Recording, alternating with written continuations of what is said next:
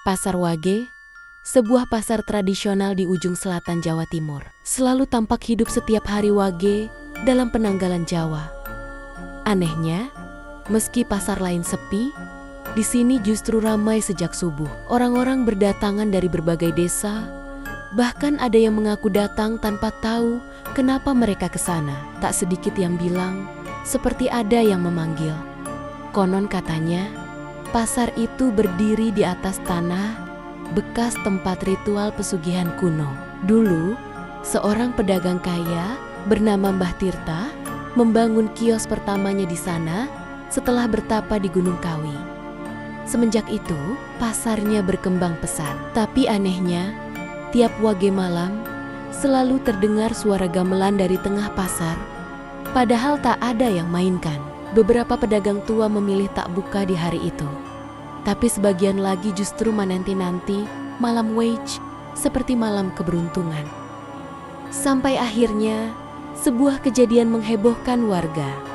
Seorang pemuda ditemukan tak bernyawa di depan kios kosong yang katanya pernah milik Mbah Tirta. Wajahnya penuh luka cakaran, matanya terbuka lebar, seakan melihat sesuatu yang mengerikan sebelum menghembuskan napas terakhir. Sejak saat itu, nama setan pasar Wage mulai disebut-sebut. Dan disinilah cerita ini dimulai. Tentang sebuah pasar yang tampak biasa, tapi menyimpan rahasia gelap di balik hiruk-pikuknya. Angin malam berhembus pelan di sela-sela kios kosong di pasar Wage. Jam menunjukkan pukul 2 dini hari. Langit gelap, tak ada bintang, tapi dari kejauhan samar-samar terdengar suara gamelan mengalun pelan. Suaranya lirih, nyaris seperti bisikan, namun cukup jelas menusuk ke dalam telinga. Bayu, seorang pemuda berumur 22 tahun, sedang lewat sepulang dari ronda. Ia terhenti saat mendengar suara itu. Matanya mengarah ke pasar yang seharusnya gelap dan sunyi. Tapi malam itu, ada satu kios yang menyala lampunya. Kios nomor 17, yang konon dulu milik Mbah Tirta. Bayu mengernyit. Siapa yang masih jualan jam segini? Gumamnya. Didorong rasa penasaran, Bayu melangkah pelan. Semakin dekat, suara gamelan makin nyaring. Tapi anehnya, langkah kakinya terasa berat. Udara di sekitar pasar berubah dingin, menusuk tulang. Tiba di depan kios 17, Bayu mendapati pintunya terbuka sedikit. Ia intip ke dalam. Kosong. Tapi suara gamelan justru terdengar dari balik lantai kayu, seperti berasal dari bawah tanah. Tiba-tiba lampu kios padam. Suasana gelap total. Bayu terpaku. Jantungnya berdegup cepat. Suara gamelan berubah menjadi nada sumbang, seperti dimainkan oleh tengen-tengen yang tak terampil. Lalu disusul suara geraman rendah, seperti hewan besar yang lapar. Bayu berbalik ingin lari, namun tubuhnya tak bisa bergerak. Di belakangnya terdengar langkah pelan, lalu napas panas menyentuh tengkuknya. Bayu ditemukan keesokan harinya oleh tukang sayur yang hendak membuka lapak. Tubuhnya membiru, membeku seperti baru dikeluarkan dari peti es. Matanya terbuka lebar, bola matanya nyaris putih seluruhnya. Mulutnya menganga seperti hendak menjerit, namun tak ada suara yang pernah keluar.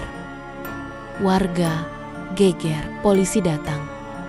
Tapi hasil pemeriksaan menyatakan Bayu meninggal karena gagal jantung mendadak. Tapi para orang tua di kampung tahu ini bukan kematian biasa. Pasar Wage minta tumbal lagi, bisik seorang nenek sambil mencubit anaknya yang penasaran melihat dari balik pagar. Burung, seorang pedagang rempah yang sudah berdagang di pasar Wage selama 30 tahun, langsung paham ia mengenal Tandi Tandania. Suara gamelan, kios nomor 17 yang menyala, dan kematian misterius. Semua itu pernah terjadi puluhan tahun lalu dan kini terulang kembali. Dulu juga begitu. Setiap 7 Wage selalu ada yang mati mendadak bisiknya kepada Pak Darto, sesama pedagang. Pak Darto menelan ludah.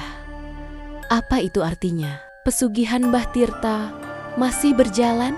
Burum hanya mengangguk lirih. Ia menatap kios 17 yang kini disegel polisi, tapi sorot matanya seakan tahu, segel manusia tak berarti apa-apa bagi sesuatu yang berasal dari dunia lain.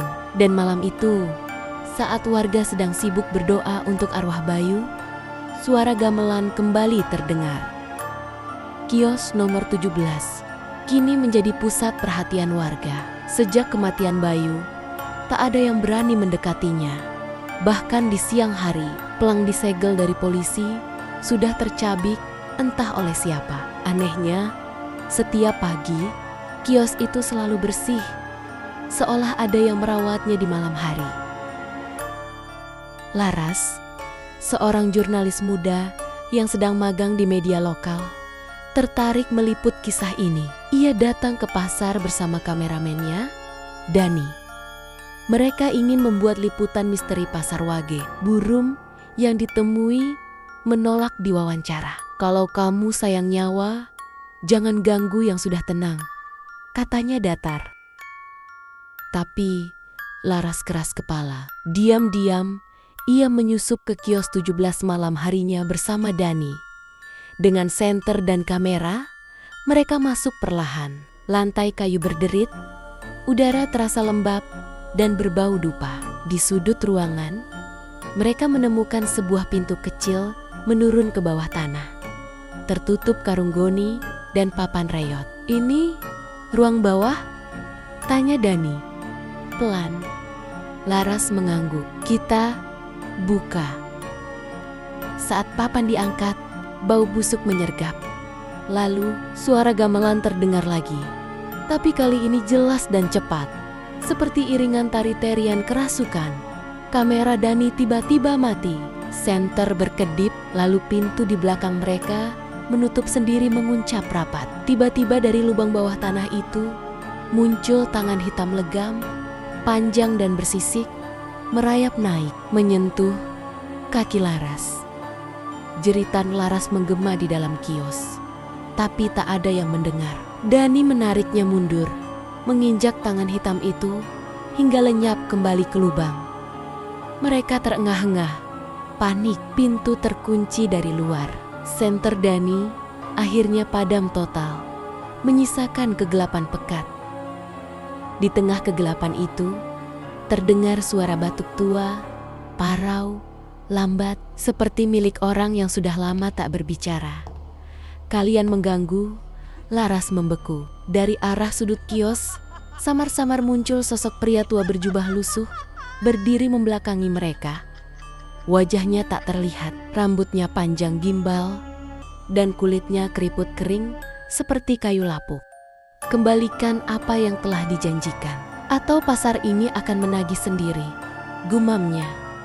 Seketika suhu ruangan turun drastis. Nafas Laras dan Dani membeku di udara. Saat Dani mencoba menyentuh Laras, sosok itu menoleh perlahan.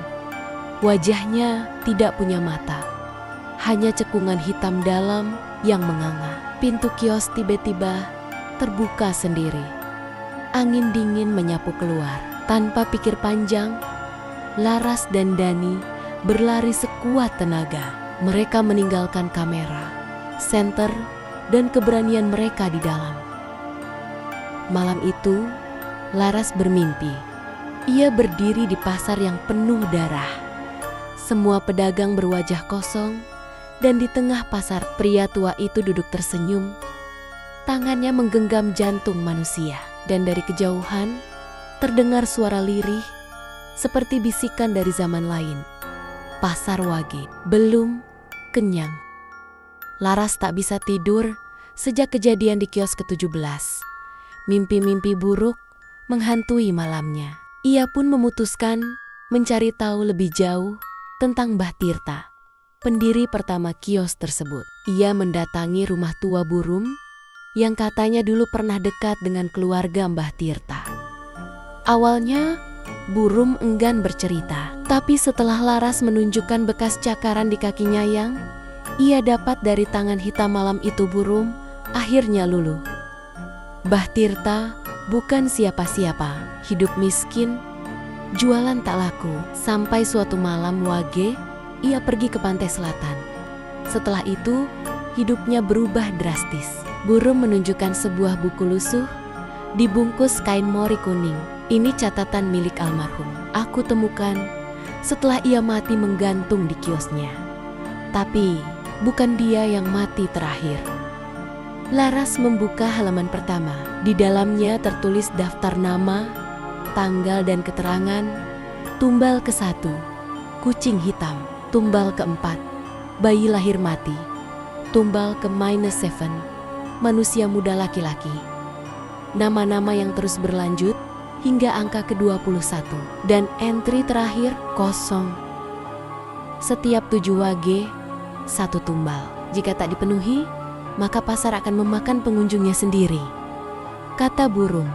Suaranya nyaris berbisik. Laras menelan ludah. Jika Bayu adalah tumbal ke-20, itu berarti 1 lagi akan jatuh. Dan entah kenapa, ia merasa namanya yang akan tertulis di baris terakhir. Hari Wage semakin dekat. Suasana pasar yang biasanya ramai mulai berubah aneh. Pedagang mengeluh, dagangan mereka cepat membusuk. Pelanggan datang tapi wajahnya seperti kosong, tak berbicara. Beberapa bahkan tak menyadari sudah ada di pasar, seolah tubuh mereka berjalan sendiri. Laras mulai merasakan teror tak kasat mata. Di rumah kontrakannya, suara gamelan kerap terdengar di kamar mandi. Cermin berkabut meski tak ada air panas. Dan setiap malam, ia mendapat mimpi yang sama. Sosok berjubah lusuh memanggilnya dari kios nomor 17. Di antara genangan darah dan jeritan, Dani yang awalnya skeptis kini ketakutan. Ia mengaku melihat pantulan wajah tua tanpa mata saat sedang bercermin. Kamera yang mereka tinggalkan di kios entah bagaimana kembali ke bagasi mobil mereka, meskipun mereka yakin tidak sempat membawanya pulang. Laras mencoba keluar kota, namun mobilnya selalu kembali ke jalan yang sama, jalan ke pasar, seolah pasar Wage menahannya, memaksanya menyelesaikan sesuatu. Dani menyarankan mereka membakar buku catatan Bah Tirta, tapi saat mereka hendak membakarnya, halaman terakhir menampakkan nama baru yang sebelumnya kosong. Laras Nuraini. Tangan Laras gemetar. Dani panik dan merobek halaman itu, lalu membakarnya. Tapi api malah padam tiba-tiba, meski disiram minyak. Lalu suara gamelan kembali terdengar dari bawah tanah rumah Laras. Malam Wage tiba. Langit tertutup awan pekat, angin menderu kencang dari arah pasar. Di setiap penjuru desa terdengar suara gamelan lirih, meski tak ada satupun pergelaran yang berlangsung. Beberapa warga mendadak sakit tanpa sebab, sebagian lainnya mengurung diri di rumah, menggembok pintu dan menyalakan dupa. Laras tahu ia tak bisa lari. Ia dan Dani memutuskan kembali ke kios nomor ke-17. Kali ini mereka membawa dupa, sesajen dan salinan doa yang diberikan oleh burung konon digunakan dulu oleh warga untuk menenangkan pasar. Tiba di kios, suasananya seperti dunia lain. Semua lampu pasar padam, kecuali satu. Kios 17 bersinar dengan cahaya kekuningan redup, seperti disinari lampu minyak. Pintu terbuka sendiri saat mereka mendekat, seperti sedang menunggu. Di dalam, suara gamelan menjadi semakin keras. Telinga Laras berdenyut. Dani menyalakan dupa, sementara Laras mulai membaca doa dengan suara gemetar. Tapi sebelum doa selesai, lantai kayu retak. Retakan membentuk lingkaran di bawah kaki Laras, lalu tiba-tiba amblas. Menyeretnya jatuh ke ruang bawah tanah yang gelap gulita. Dani berteriak, tapi tak ada jawaban. Di bawah, Laras tersungkur di lantai batu lembab. Di sekelilingnya, patung-patung batu berjubah duduk bersila menghadapnya. Semuanya tak bermata. Di tengah ruangan, berdiri sosok tua berjubah hitam Mbah Tirta, atau sesuatu yang menyerupainya. Waktumu telah tiba, katanya sambil mengangkat tangan, dan dari beang-bayang tembok, ratusan tangan hitam mulai merayap ke arahnya. Laras menjerit saat tanggen-tanggen itu menyentuh tubuhnya. Dingin, berlendir, dan bergerak seperti memiliki kehendak sendiri. Ia berusaha meronta, tapi kekuatan tanggen-tanggen itu luar biasa. Tubuhnya diangkat, dibaringkan di atas altar batu yang dikelilingi dupa menyala. Asapnya berwarna kehitaman, menyelimuti seluruh ruangan seperti kabut kematian. Mbah Tirta mendekat perlahan, wajahnya tetap tanpa mata. Tapi kini dari mulutnya mengalir darah segar, menetes ke tanah yang berdenyut seperti jantung hidup. Kau tumbal yang sempurna. Darahmu akan menguatkan pasar ini 100 tahun lagi, desisnya. Namun tiba-tiba, dari lubang di atas altar, Dani menjatuhkan botol berisi darah ayam dan abu pembakaran kitab. Ritual darurat yang diajarkan. Bu Rum, botol itu pecah tepat di atas kepala Mbah Tirta, membuat tubuhnya memekik keras seperti dibakar dari dalam. Patung-patung batu bergetar. Beberapa retak, tangan-tangan hitam melepaskan Laras, menyusut kembali ke dinding. Laras segera bangkit, tubuhnya gemetar, napas tercekat. Dani menjulurkan tali dari atas untuk menariknya keluar. Begitu Laras berhasil naik, lantai altar runtuh sepenuhnya, menciptakan lubang hitam besar yang menyedot seluruh udara di kios. Gamelan berhenti seketika, sunyi, hening, waktu seakan beku. Kios nomor 17 kini hanya tersisa puing dan tanah berlubang dalam. Seakan perut bumi telah menelan sesuatu yang tak seharusnya pernah dibangkitkan. Namun dari dalam lubang itu terdengar lirih sebuah suara, akan ada yang menggantikanmu. Setelah kejadian di kios 17, Laras dan Dani dilarikan ke puskesmas desa. Tubuh Laras penuh lebam, sementara Dani syok berat. Mereka tidak berkata apa-apa selama 2 hari. Namun, sesuatu yang jauh lebih mengerikan justru baru saja dimulai. Warga mulai melaporkan kejadian aneh. Setiap malam Wage, bau anyir darah tercium dari arah pasar. Beberapa pedagang melihat sosok berjubah hitam berdiri di bekas kios 17, mengawasi mereka dari kejauhan. Tak ada mata, tak ada wajah, hanya rongga kosong dan senyum tipis mengerikan. Bu Rum datang ke rumah Laras dengan wajah pucat. Kau mungkin selamat dari pesugihan itu, tapi arwah mereka belum tenang, katanya. Ia menjelaskan bahwa selama puluhan tahun, setiap tumbal yang dikorbankan di pasar tidak pernah benar-benar mati. Mereka terperangkap, dijadikan budak dalam dimensi gelap milik Mbah Tirta. Rohnya terikat di bawah tanah pasar, dan lubang itu bukan pintu keluar, itu penjara. Lanjut burung. Malam itu, Laras mencoba tidur, tapi mendadak cermin di kamarnya mengembun. Di atas embun itu, muncul tulisan dari dalam kaca. Tolong aku. Laras menjerit. Di bayangannya, ia melihat wajah Bayu, pucat dan membusuk, menatap dari balik cermin. Lalu sosok lain muncul di belakangnya. Para tumbal sebelumnya, satu persatu, menyeringai, memanggil nama Laras dengan suara serak mengerikan. Laras tak bisa lagi membedakan antara mimpi dan kenyataan. Setiap malam, wajah-wajah para tumbal datang menghantuinya. Di siang hari, bayang-bayang hitam mengikuti dari balik jendela dan sudut-sudut rumah. Dani pun mengalami hal serupa. Ia mendengar suara-suara memanggil dari dalam tanah saat menginjak area pasar. Akhirnya, mereka kembali mendatangi Bu Rum, meminta jalan keluar. Ada satu cara, tapi kalian harus melanjutkan perjanjian darah itu.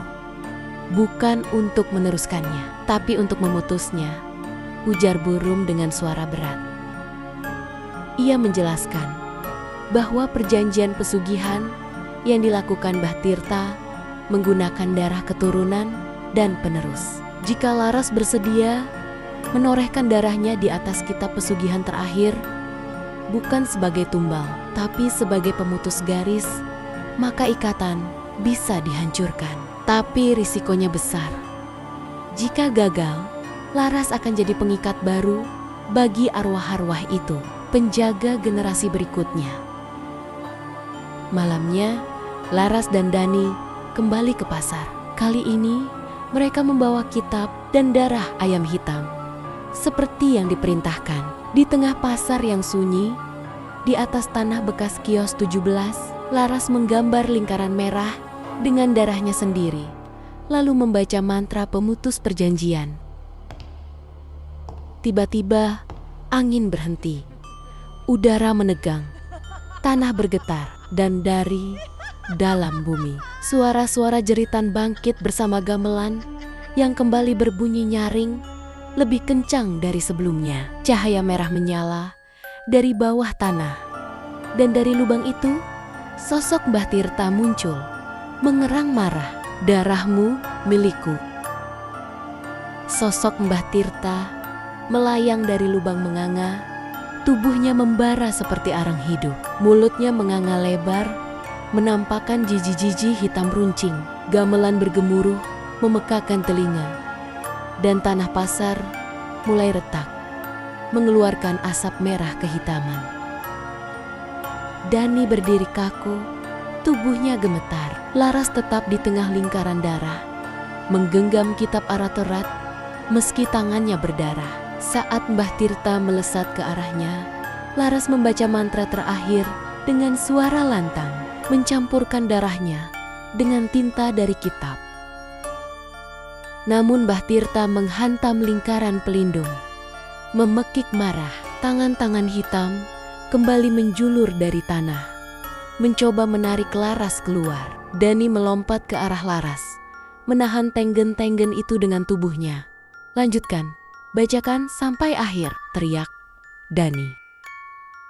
Laras menangis, menyelesaikan bacaan terakhir. Saat kata pamungkas diucapkan, seluruh pasar berguncang hebat. Cahaya putih menyilaukan keluar dari lingkaran darah. Suara gamelan berhenti mendadak, digantikan oleh tangisan panjang puluhan arwah yang terjebak selama puluhan tahun. Mbah Tirta berteriak, tubuhnya meledak dalam kobaran api putih. Patung-patung di bawah tanah hancur. Suara jeritan berubah menjadi bisikan lega. Para arwah satu persatu tampak bangkit dari dalam tanah, lalu menghilang perlahan ke langit malam. Tapi Dani tidak bergerak. Tubuhnya tergeletak di luar lingkaran, kulitnya membiru, matanya terbuka menatap Laras. Sebuah senyuman tipis membeku di wajahnya, seolah ia ikhlas menjadi tumbal terakhir untuk menutup kutukan pasar. Laras menjerit, tapi pasar sudah sunyi.